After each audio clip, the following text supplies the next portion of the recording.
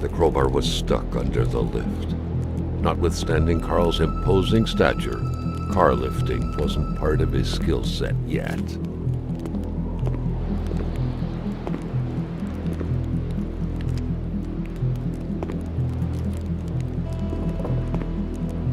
Staring intently at the controls won't be enough to make that lift budge. The poor thing was out of power.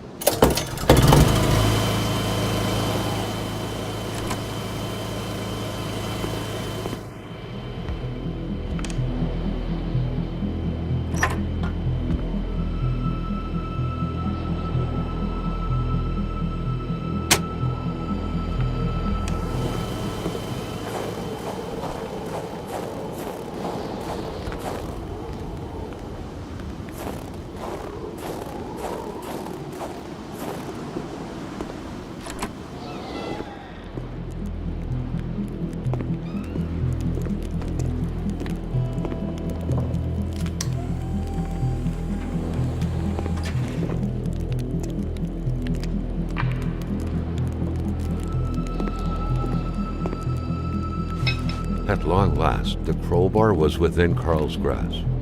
Surely it would come in handy at some point.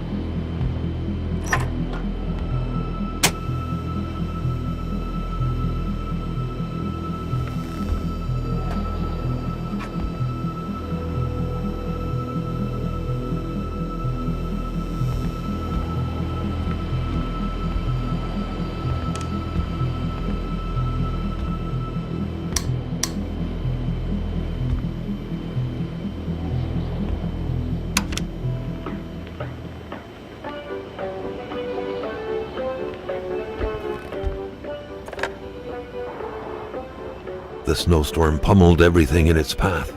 Carl was not surprised when he heard no tone.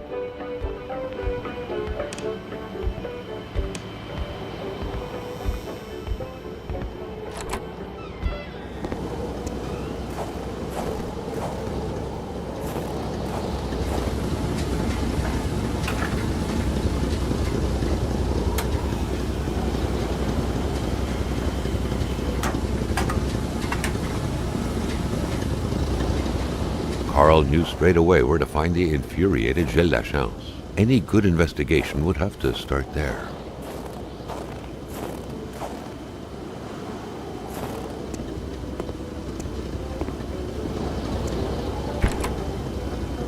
The murder weapon.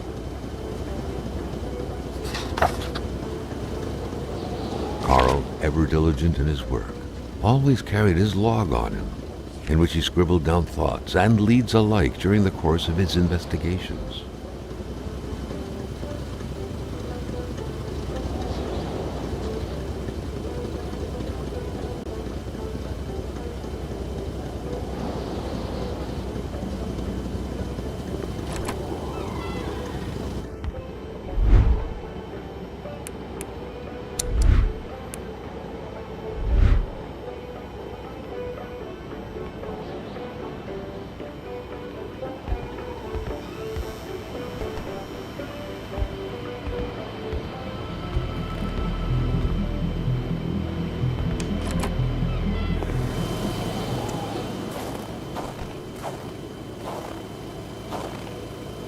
Carl was used to strange phenomena, but a chunk of ice like this, as if an iceberg came out of the ground, that was a first.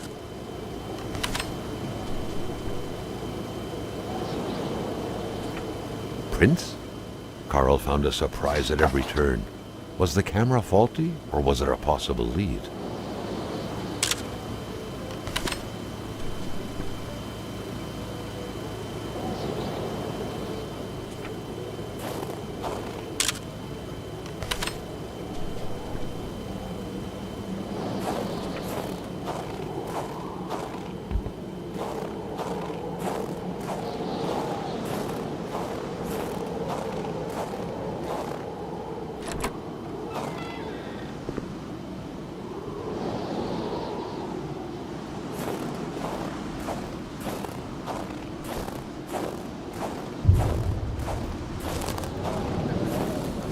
Carl was beginning to know the store and its surroundings like the back of his hand. The seeker had sought.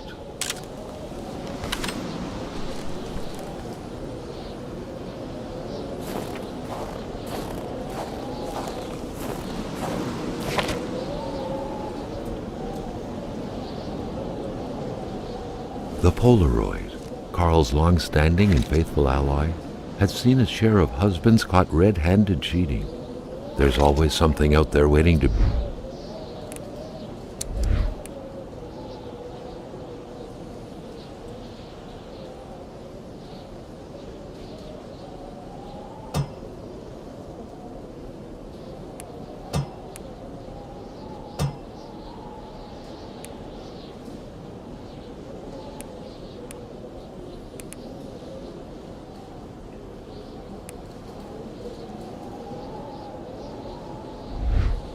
be snapped away.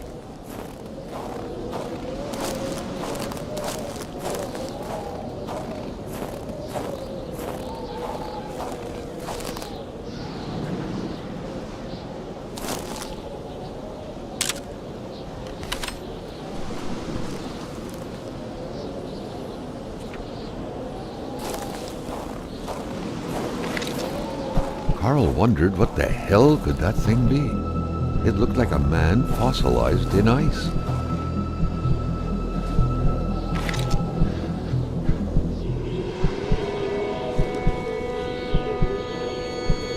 All of a sudden, Carl felt like he was pulled inside a world of dreams, a cold, unknown dimension. Somehow, self-control was slipping from his grasp.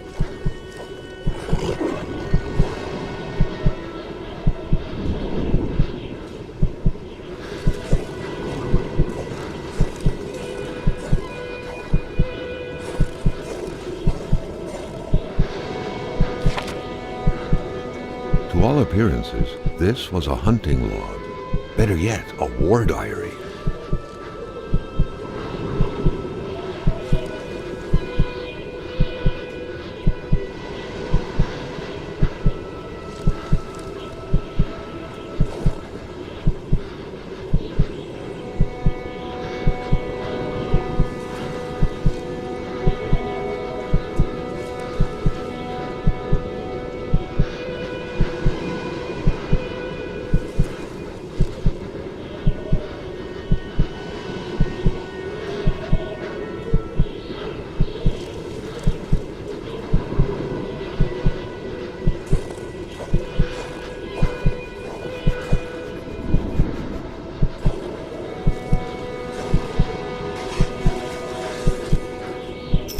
What could these engraved numbers mean? A fresh path suddenly appeared before Carl.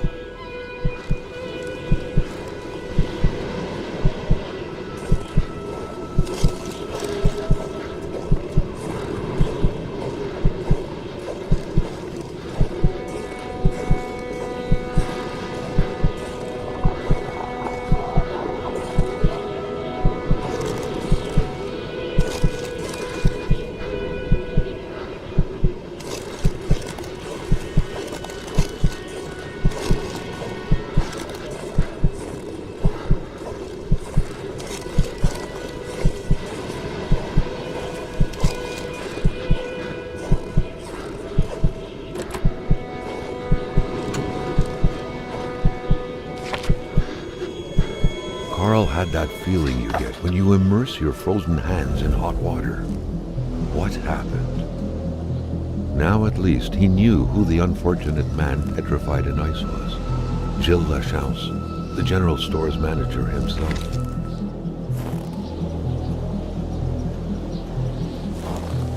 That had to be the worst parking job ever. Who was Carl to judge, though? It may be customary to park like that around these parts, or not.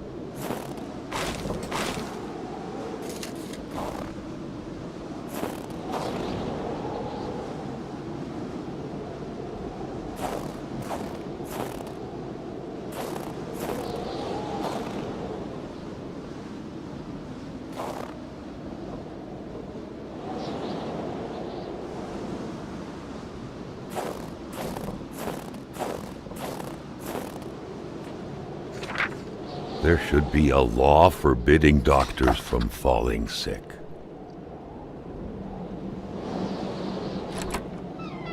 In spite of Dr. Beaupré's goodwill, the place didn't look much like a physician's office. It could easily be mistaken for a sewing shop.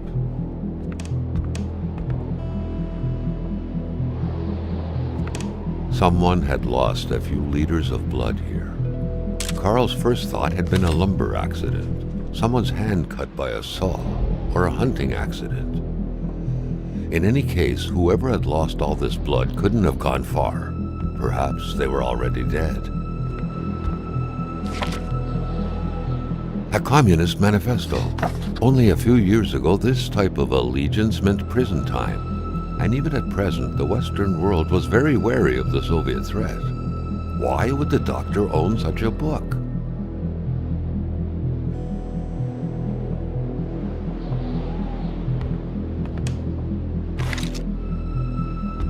A chamber pot.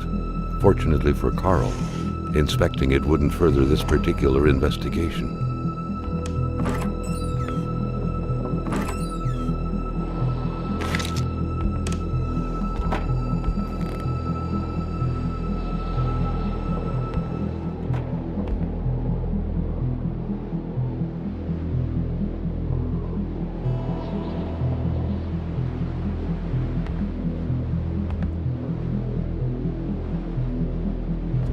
Carl got the trembles as he imagined the excruciating pain that kind of scalpel could no doubt inflict. Within these miserable walls, patients probably felt more like in a slaughterhouse than in a doctor's office.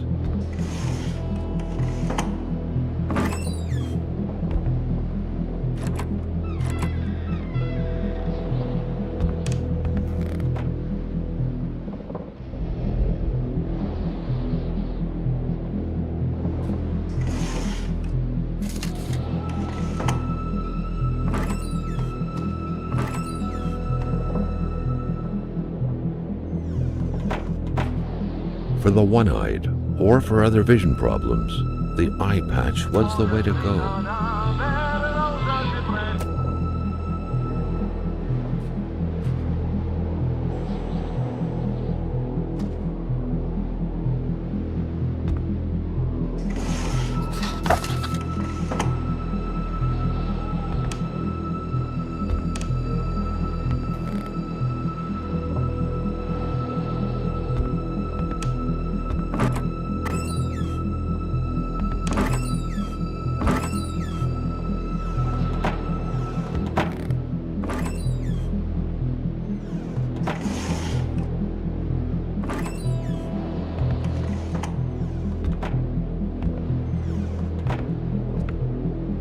The good doctor, flanked by his beautiful spouse. Pure happiness, captured on cardstock. Carl recognized this woman's soulful eyes. Was it Dr. Beaupre who had hit him head-on at the village border?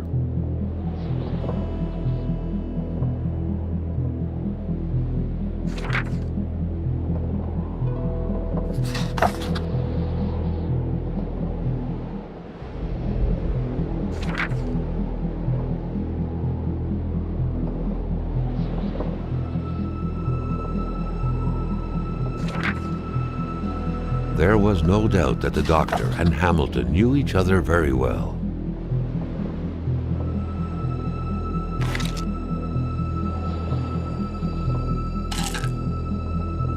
Dr. Beaupre had done his medical studies quite far from here.